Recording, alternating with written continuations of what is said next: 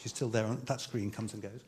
She even wrote a book, the title of which you can see there on the screen, about how to be an activist and how to campaign for Europe.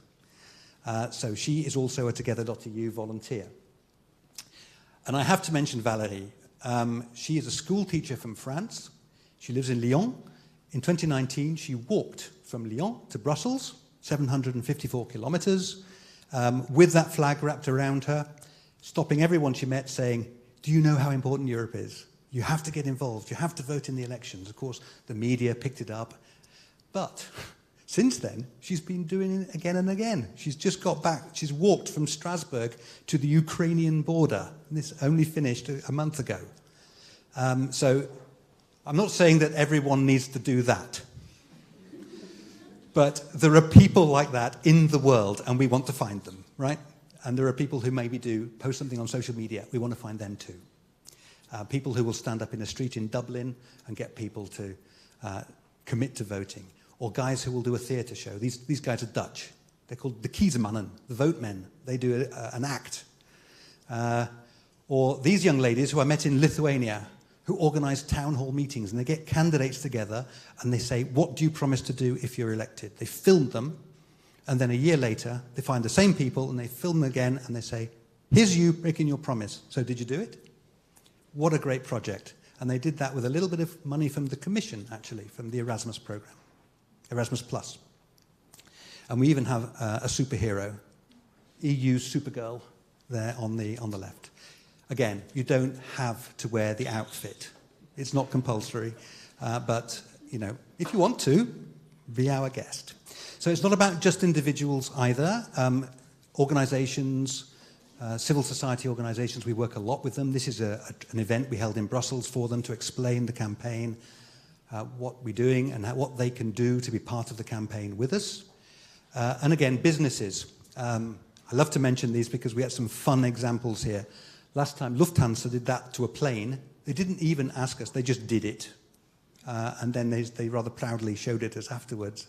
And we thought, wow, that tells you something. There's something going on here.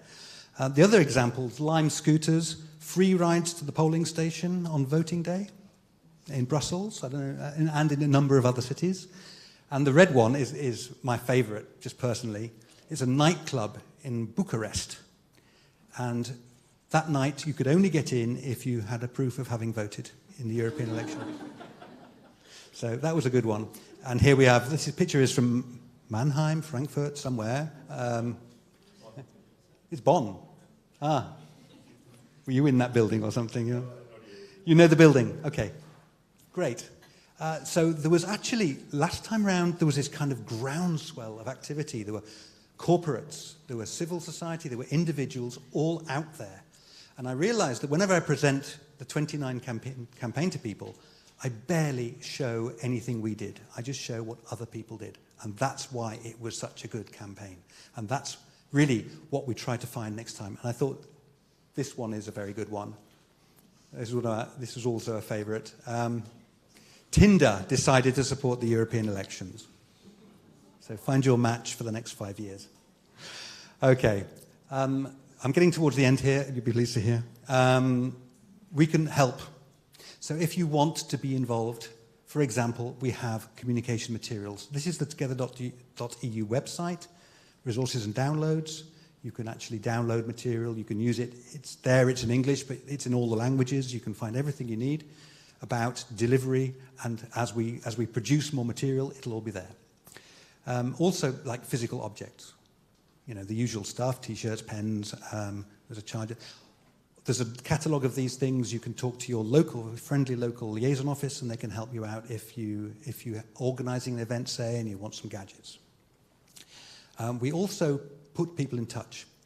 This was an event I attended in Hungary recently. This is a minister in the Hungarian government who came to the event, and the young people who were there, they got the chance to grill him face to face and tell him exactly what they thought.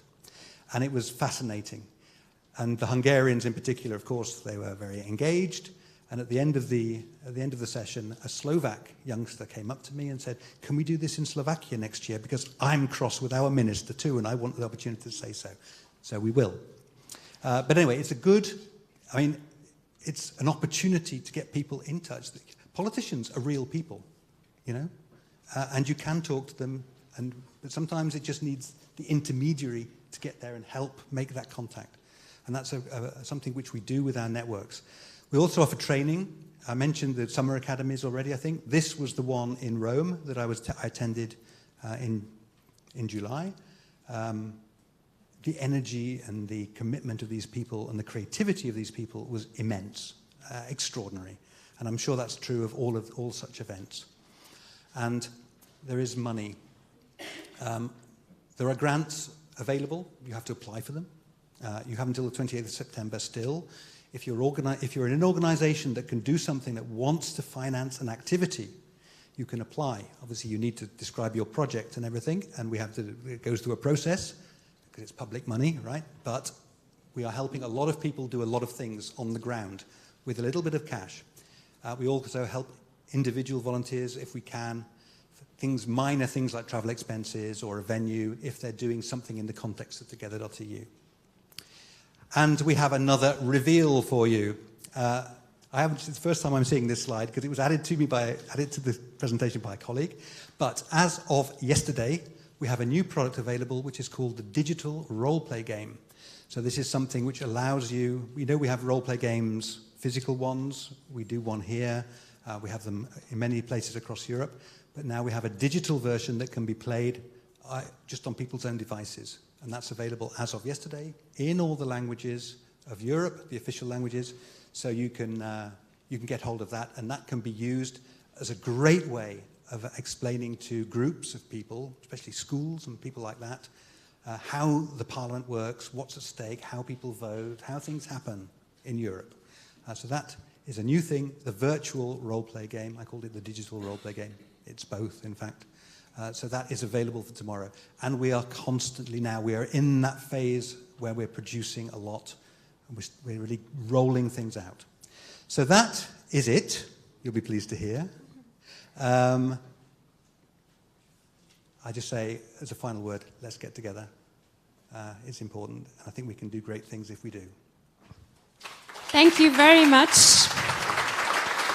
Please take a seat here.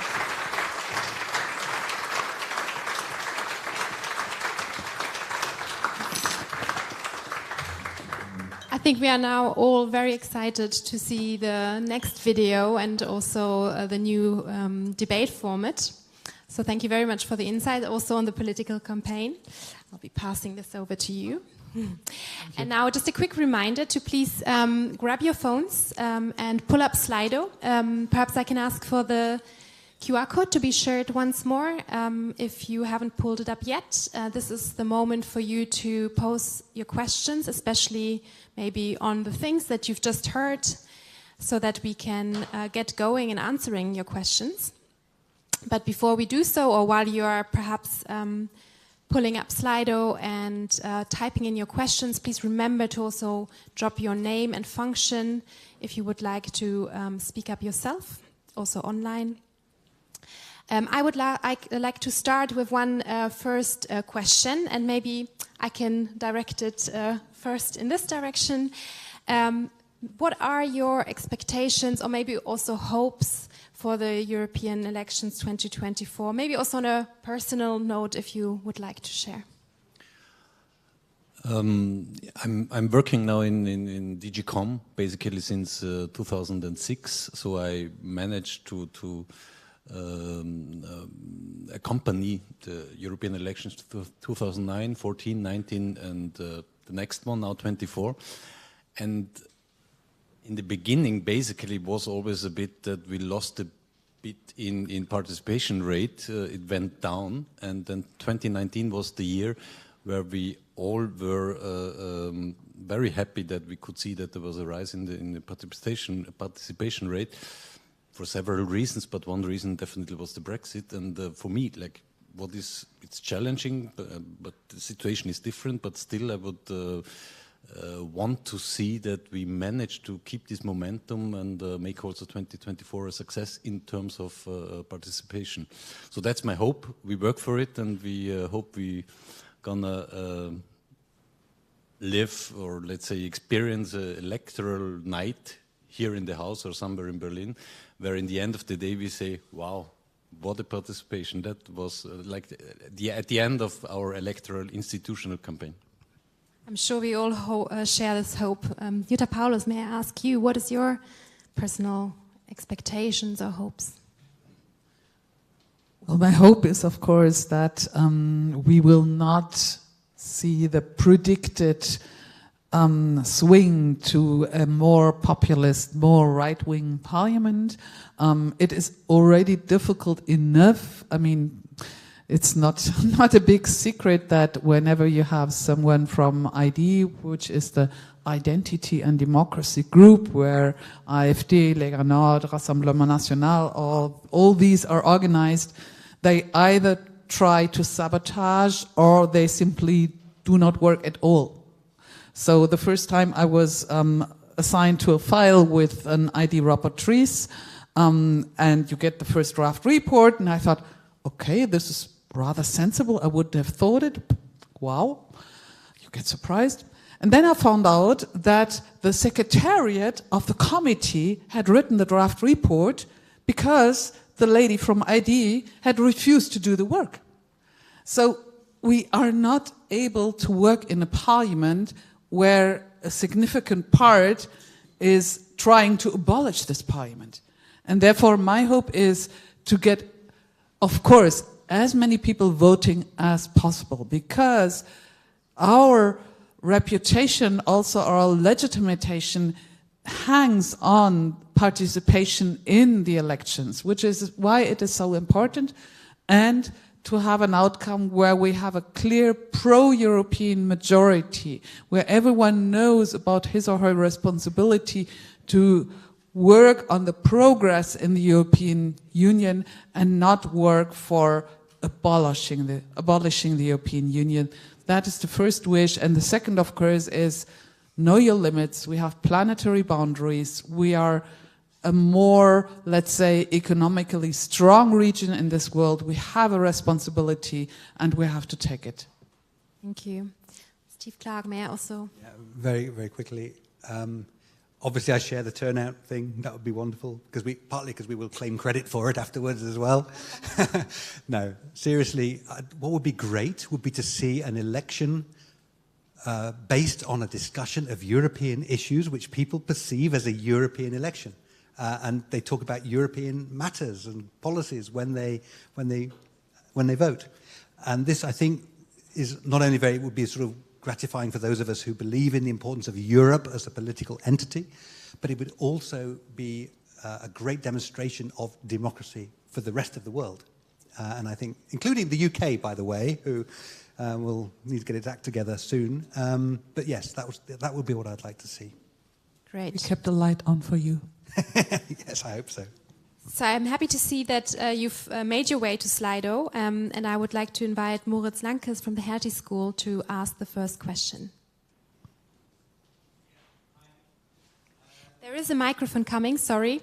Yeah, perfect, now, please. Are you taking to mitigate the influence of disinformation campaigns in the upcoming election? That's addressed to me. So okay, I think I didn't want to presume. Yes, I'm sorry. Actually, I forgot to say one thing that I normally say is when I talk about democracy being under attack, I think disinformation is a really important way in which democracy is under attack, and it's obviously linked to Ukraine and so on. But it's not only about that. So yes, this is a massive problem. What are we doing to deal with it? Firstly, Parliament is doing things to deal with it, and I think Digital Services Act and so on is part of the picture. It is not a problem which is easy to solve, and there are no easy ways through this. I think we are getting smarter about spotting things, stories that are coming up that are inaccurate, that need to be rebutted at a very early stage. So perhaps we can talk to journalists and at least mainstream media and say, look, if you hear this, it's just not true. So don't run with it. Don't let yourself be drawn in, and so on. And we have cases where that has worked. I think, though, in the long run, it's really about literacy, media literacy, the way that people are alert to how they can be manipulated. And I think perhaps there is hope. I mean, here I like to be positive, and I have noticed that when I ask a group of young people, do you think you can see it? Do you know when you're being manipulated? Can you see disinformation? People think they can. Maybe because everyone's so good at using social media themselves that they know exactly what all the tricks are about how to, manipulate an audience. But it's a long, long haul, and there are no easy answers to this. We actually, just coincidentally, the day before yesterday, published the first of a series of videos on our website about disinformation and trying to explain this is how people try to manipulate you. And this first one was about emotion and the use of strong emotions, prompting strong emotions in a social media video or a post or something. But I don't think there's any magic solution to this, I'm afraid. The next question will be from Shayan Miro Moayedi, and sorry if I did not pronounce this perfectly, but please. And there's a microphone coming.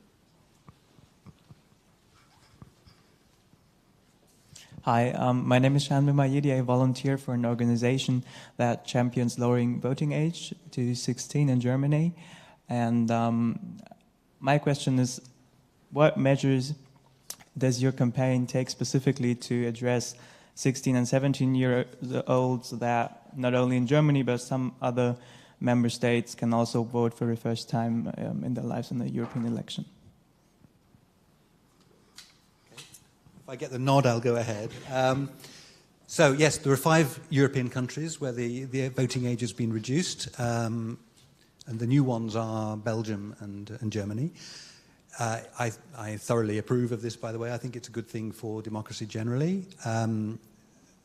We do invest a lot in communicating with young people through the programs we have. And you saw some pictures that are more that I often use from this European Parliament Ambassador School. So we go into schools and talk to classes, the older age range classes in schools.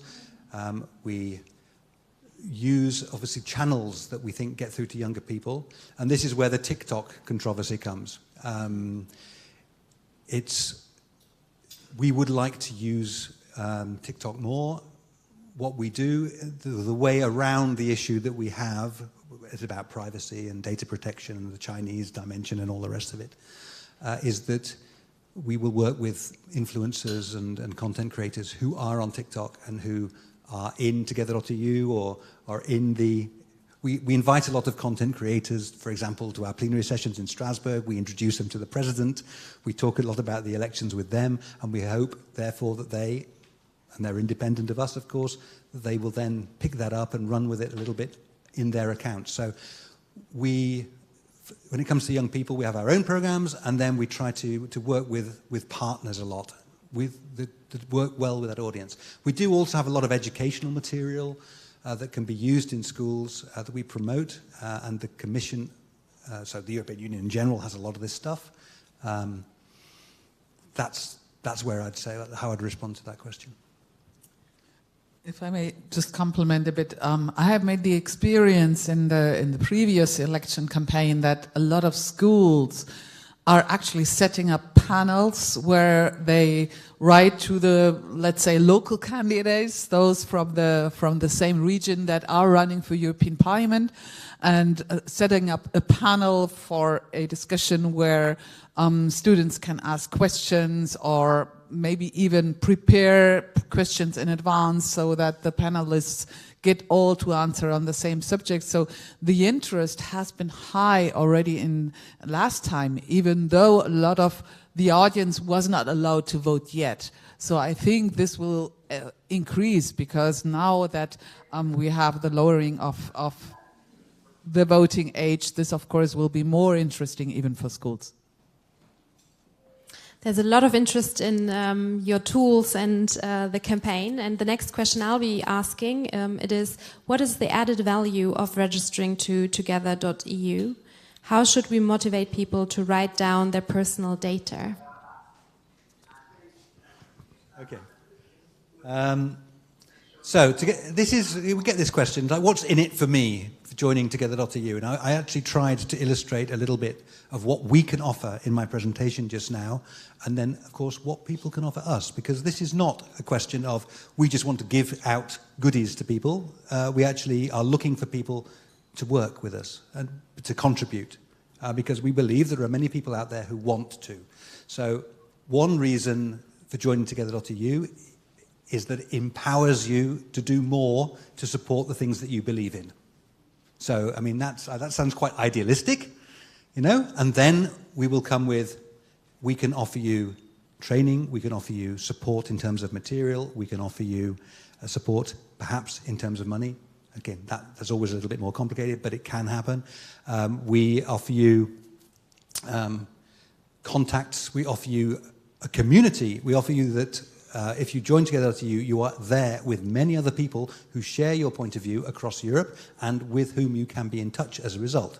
So there are events that you can join from Together.eu.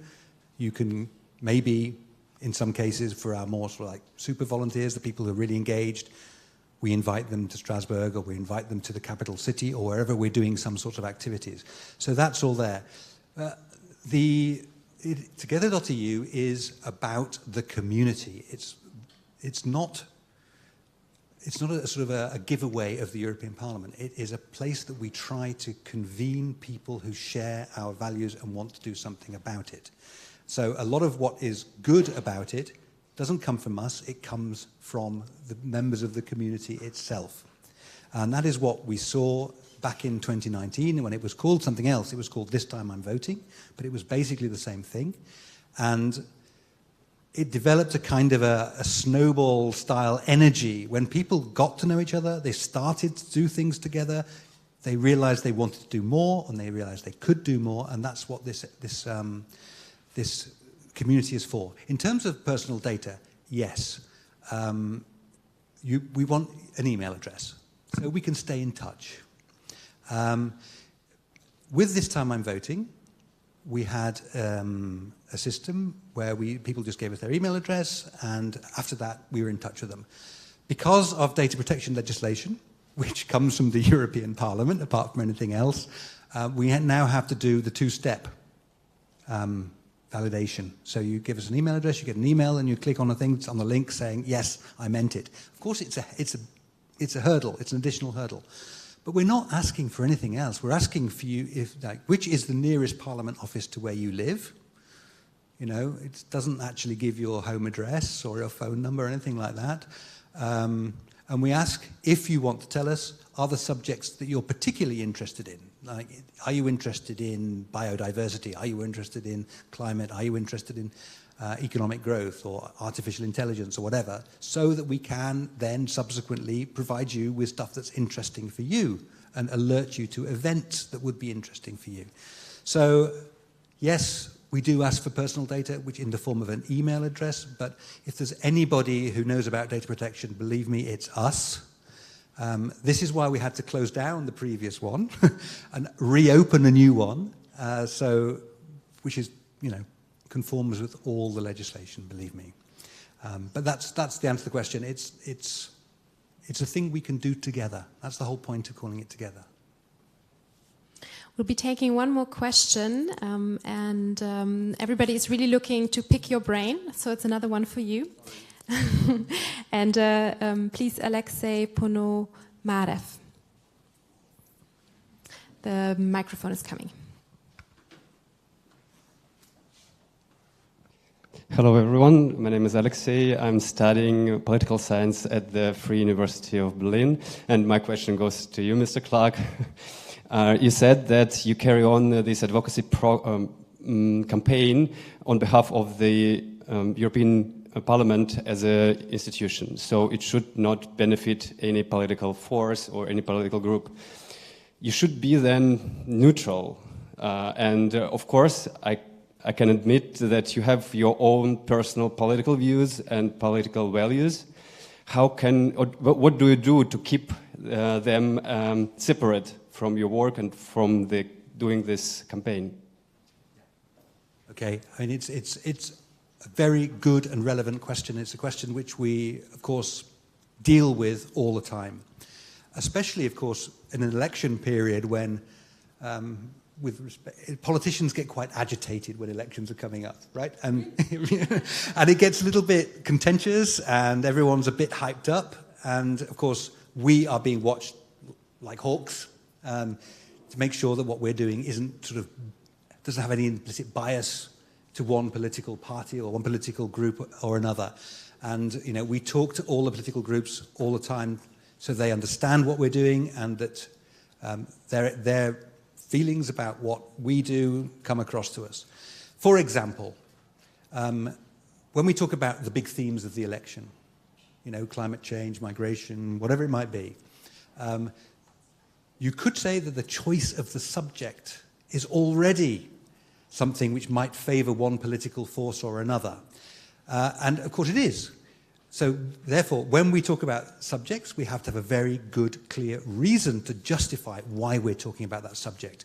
And that's why we're very big on data, like Eurobarometer. These are the subjects which people care about. These are the subjects which are coming up a lot in the media, which are being discussed.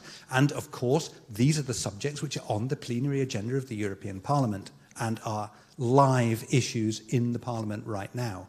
So that's how we select. Of course, we do make sure that we're talking about a range of things, so there's no sort of tight focus on anything. There is another aspect to your question, which I'm sure is there, and that is, what about political forces who actually fundamentally, and they've been referred to, fundamentally disagree with the whole existence of the European Parliament or the European Union? And this is not a new problem for us, because in 2019, and indeed before that, we were operating in an environment where there was a party advocating Brexit, quite well represented in the European Parliament. The answer to that lies in the political mandate we received from the institution, and this is the Bureau of Parliament, this is the supreme administrative body in the Parliament, and they tell us that we can run a campaign which supports the fundamental values of the institution and of the European Union. And this is, therefore, things that are not supposed to be contentious, right? Fundamental rights as set out in the Charter of Fundamental Rights. Non-discrimination, all the rest of it. So we can advocate those quite openly. And, of course, we can advocate European democracy. I mean, it would be very strange if the European Parliament as an institution did not believe in European democracy. So maybe there are some who don't, but there we have a mandate. It is legitimate for us to do so. So it is possible, indeed, that there will be various political forces that would have a problem with us saying European democracy is important, everybody should participate, because maybe they think, no, they prefer people not to participate. But there I think we're on safe ground, as it were, in terms of our institutional mandate. So that's how it works. But you put your finger on something which is incredibly complicated and sensitive, but I think on the whole, and I look to my left, we get it right, more or less, to the extent that we haven't been blown out of the water yet for anything we've done. So I hope that answers your question.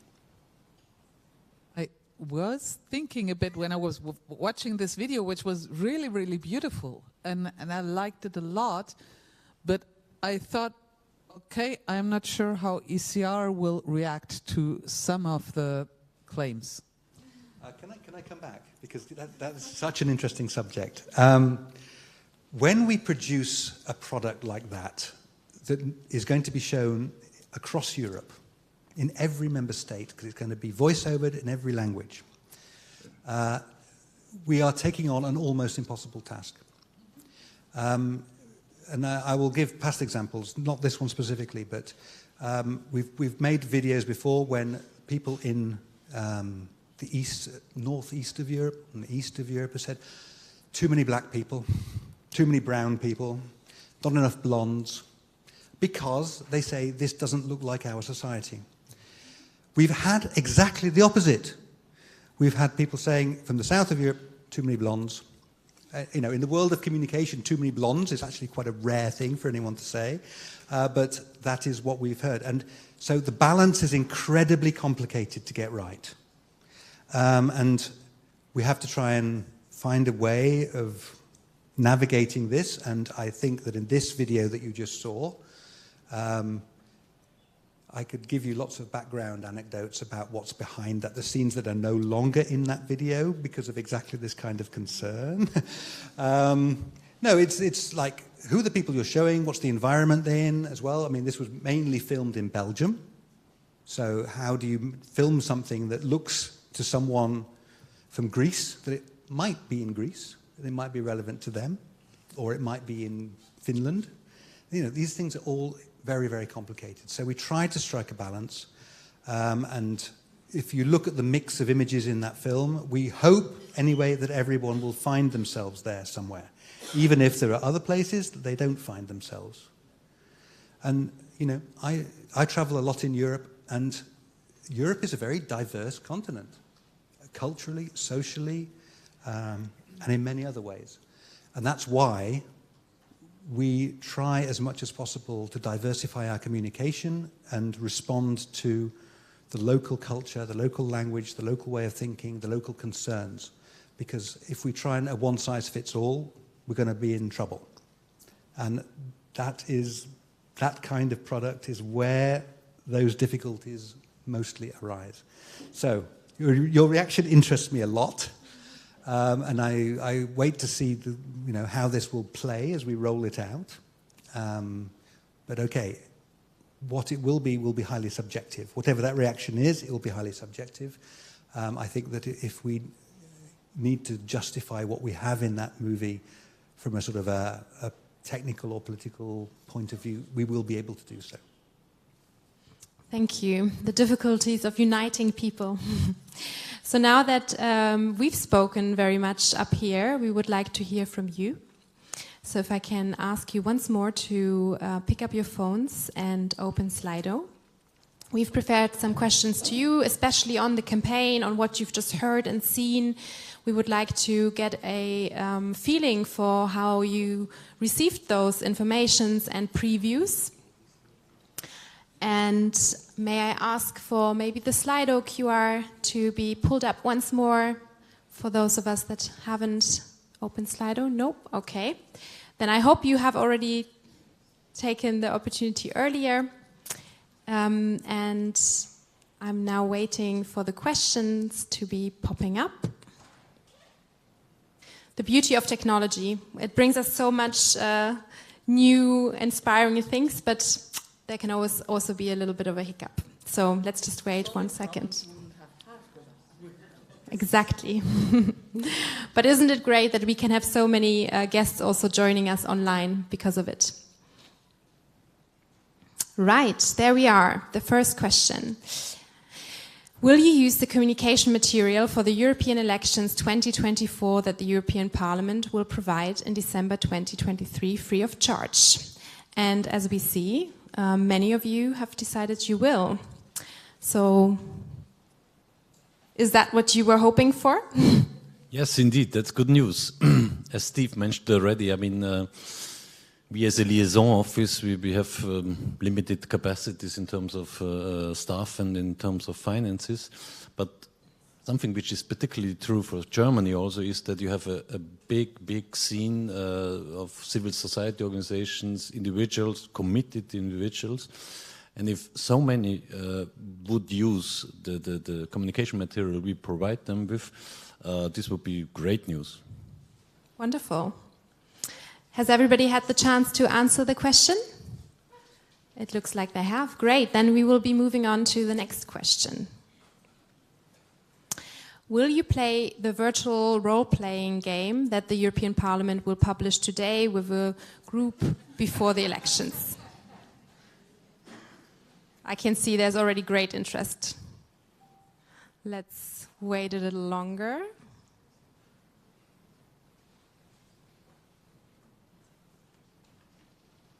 Not everybody here is a gamer, as I can see. But that's why there's so much different material.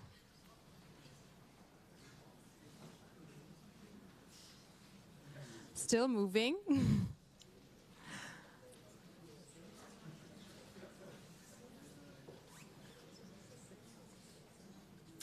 And I see there's still a lot of online guests also with us when we see how many people have been voting. Great. So, is that what you were hoping for? Are you pleased?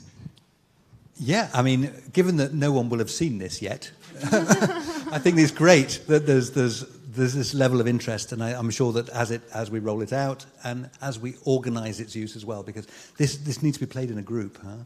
So I'm sure it's going to be a big success.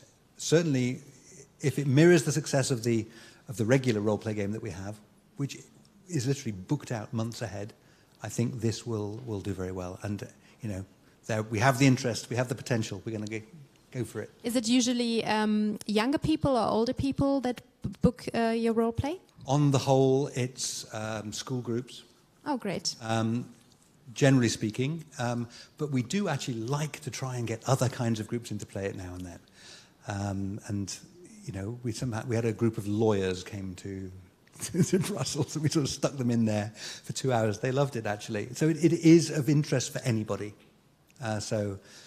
Predominantly school groups, but others can play too. It's like any other game, actually, I suppose. And I'm confident that once we actually know what game it is, the right side will be rising. Great. So can I please have the next question up?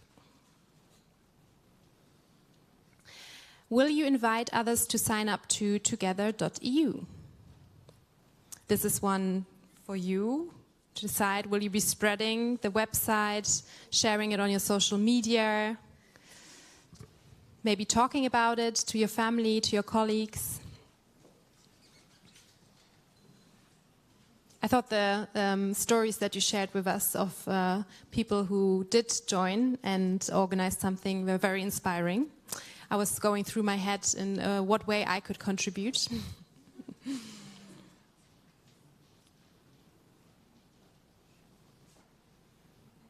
Yeah, that looks good. Ms. Paulus, would you be sharing the website? Can you combine political campaign and... That's always the very... you have to walk a very tight line, so to speak, in order to not mix it up in a way that would be regarded as... let's say not the way it is thought. I mean, Together EU is a cross-party issue, more or less, because we are talking about the institution as such. And so for us, it's a bit difficult if it's done in the election campaign, because, of course, for example, we have in the parliament, we have this EU-UK friendship group where I said we leave a light on, where we have those cross-party groups also on other issues.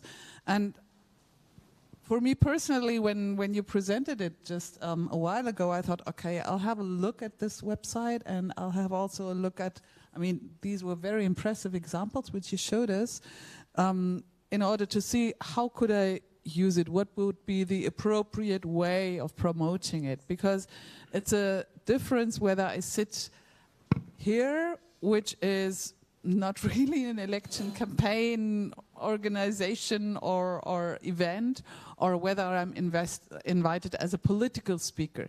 So, for example, when I'm invited to a school and they ask me how does the EU work and how do the institutions interact, and this would be a perfect occasion to say, hey, there's this great website, together.eu, which is not at all about political programs, but really about the European Union as institution. So maybe everybody can take a little inspiration from that and think, where would be the right place to maybe share this? Thank you. Can we have the next question up, please? Which giveaway item would you like the European Parliament provide? So that's now your opportunity to enter your wish list. What are the right goodies for your peers that you want to bring into this election? A hoodie, yeah, that always works very well. We saw it on Diana. Very Instagrammable. T-shirts, lighters. I thought smoking is retro these days. Notebook. We are not that rich. A tote bag.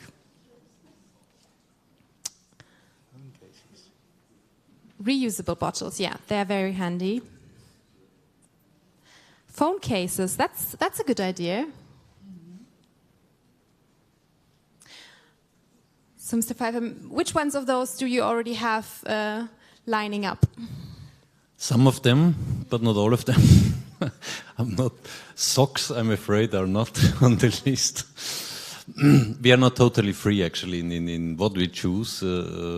Our headquarters in Brussels has some ideas on that. But I'm sure there is still some flexibility to include a few of the things we see here. Any favorite? I like the socks. The socks. Which one would you choose? I just wanted to remind Georg that there is a little wiggle room for the Berlin office to develop its own independent line if something is missing from the general catalogue. So if socks are missing, then perhaps someone's written condoms there, which I think is that's an interesting one. The hoodie was a terrific success the last time round, and I still see them around, and I even have one.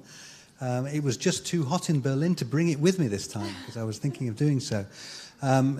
No, I see a lot of. I tell you what.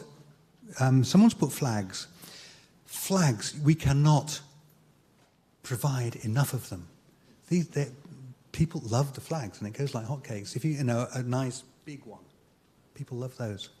So, and the problem with phone cases is there are so many different phones. Yeah. Tricky. we do have hoodies, especially for the Together.eu community. So this we have. Another good reason to join the community. And do you have a favorite one? Actually, I'm not sure what a passport sleeve is. I think just something to cover your passport in, if you want to keep it nice and, you know. Okay. I think you might not be rich enough to give notebooks out to people. Could be difficult. Do notebooks. For my age, spectacle boxes are also a very good idea. Yeah. Great. Then can we have the last question, please? What do you or your organization need most to increase voter turnout? So one more wish list that you can address to the right people. Is it the goodies or maybe is it other things? Oh, money. Yeah, we all need money, always.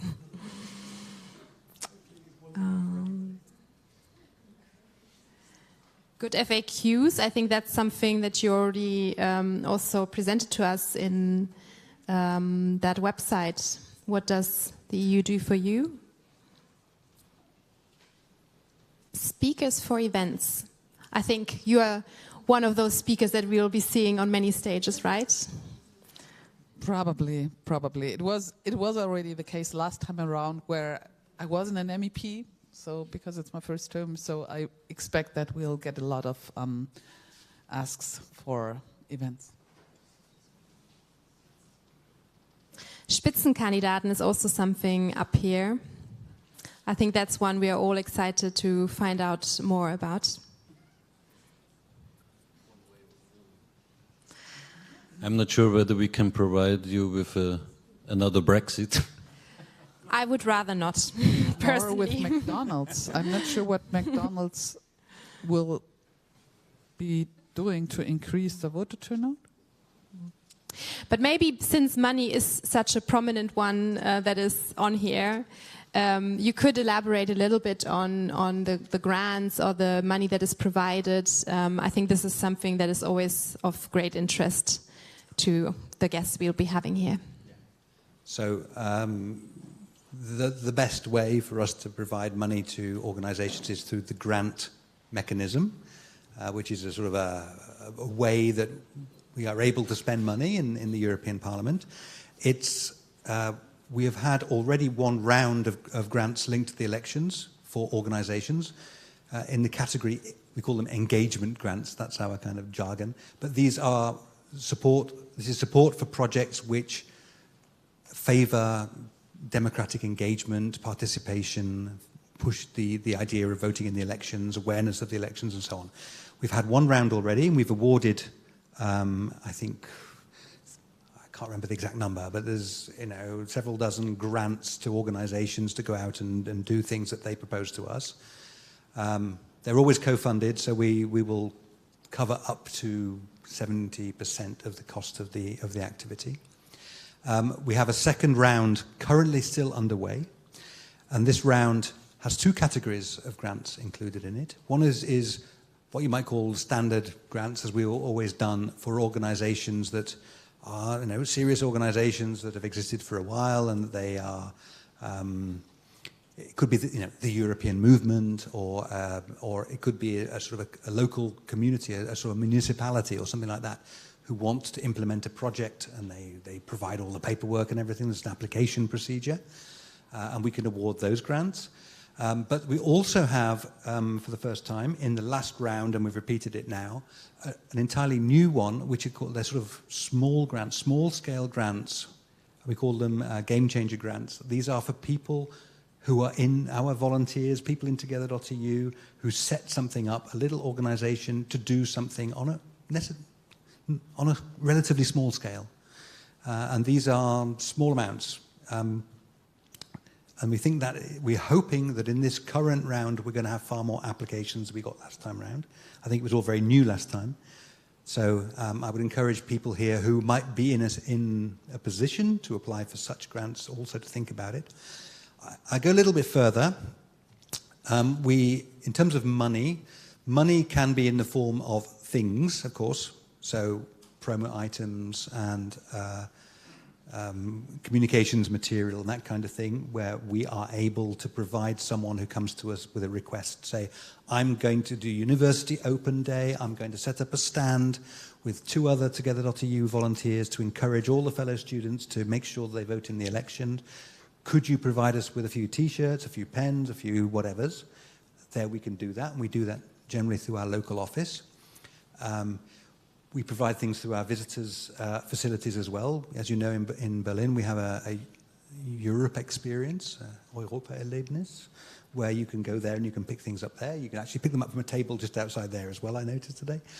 But there is another thing that we can do, and this is something which is brand new, and it comes from the fact that we realize that many individuals or small, very, very small organizations can struggle, not because of lack of willingness or energy, but because they really don't have the money for things like just a train ticket to get from your home city to where the event is happening, or you want to go to a training event, or you need just a few euros to hire a venue for the evening.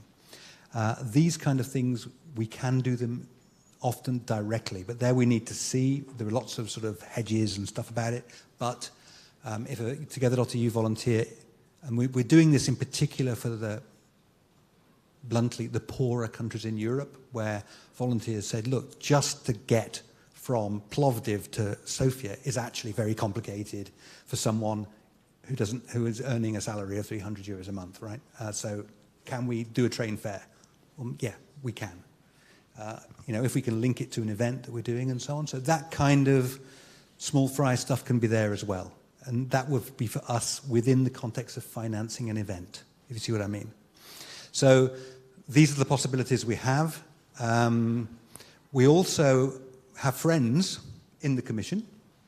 And the Commission have loads of money. They have much more money than we do. Anyone from the Commission in the room? They have a thing called Erasmus+, which financed the Lithuanian project I mentioned earlier on. And they also have a thing called the European Volunteer Scheme, which they can actually, through that, finance volunteering projects that are about democracy. So we've been talking to our friends across the road in the Commission and encouraging them to be very receptive to those kind of proposals for volunteering projects. So again, a possibility for you is to direct your request for money that way. And that can be another source. So, you know, as ever, it's important to try and be smart about the system. And again, we have people who you can get in touch with, especially if you're in together.eu, who can help you out with advice on the tricks of the trade. Thank you. That's very encouraging. Now, you've already pointed out that it's very brave of you all to be here on a Friday afternoon, and we don't want to keep you much longer.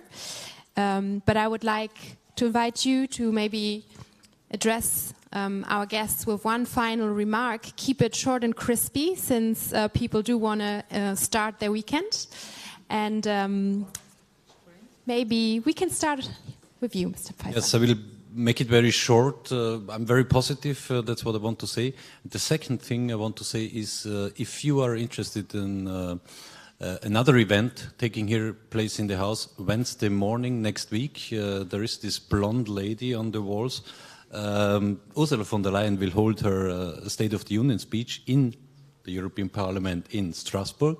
We will transmit it live here in the House and have a discussion afterwards on the priorities she sees for the upcoming year, more or less up to the elections 2024.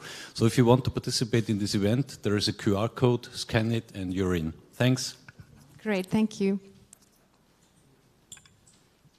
Thanks for being here. Thanks for taking interest in the European Union, in the election, because that's so incredibly important with all the fake news out there, like Europe is totally undemocratic, people are not heard, there's no one elected out there, it's just bureaucrats sending us rules.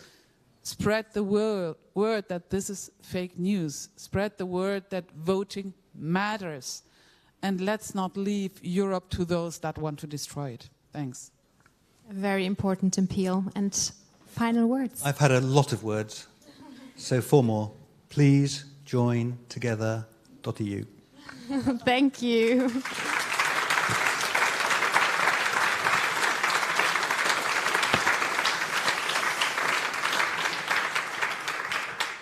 Now, all that is left for me to say is a great thank you to the guests that have been here with us, your lively participation in the discussion, also the ones online. I hope you could always hear us, even though I saw there was a little bit of hiccups, but I saw many of you participating. Thank you very much and hope to see you here soon again, hopefully on Wednesday.